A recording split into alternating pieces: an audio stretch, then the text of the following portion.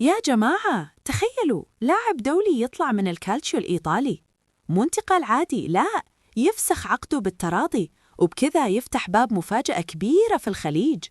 والأغرب كل هالخطوة صايرة عشان هدف واحد، يكون جاهز 100% ويحجز مكانه مع وليد الركراكي بالاستحقاقات الجاية. وعلى عينك يا تاجر، مونديال 2026. وقف وقف وقف، آدم ماسينا ودع إيطاليا بيده، مو إصابة، مو طرد، مو خلاف، قرار محسوب. والسؤال اللي بيخليك تقول لحظة، وش السالفة؟ ماسينا الدولي المغربي كان مع تورينو، وفجأة يقرر ينهي العقد بالتراضي. ليش؟ لأنه يبي يلعب أكثر، يبي دقائق، يبي جاهزية، يعني ما يبي يقعد على الهامش ويشوف المباريات كأنه مشترك VIP في المدرجات. الحين نجي للجزئية اللي فيها التشويق.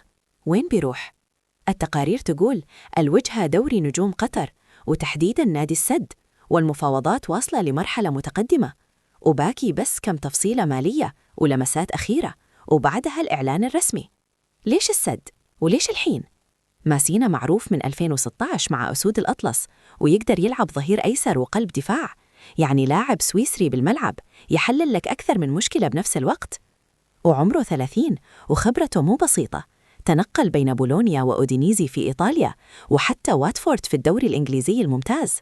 فالسد لما ياخذه كأنه يقول أبي دفاع بخبرة أوروبية، مو بس اسم. النهاية بس مو نهاية. الحين السؤال اللي يخليك تفكر، هل انتقال زي كذا بيكون محطة تجهيز لمونديال 2026 ولا بداية قصة أكبر للاعب في الخليج؟ إذا تمت الصفقة رسمياً، مين بيكون أول خصم ينصدم من وجود ماسينا بالدفاع؟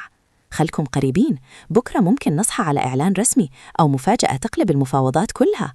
اشتركوا وخلكم معنا لأخبار الغد.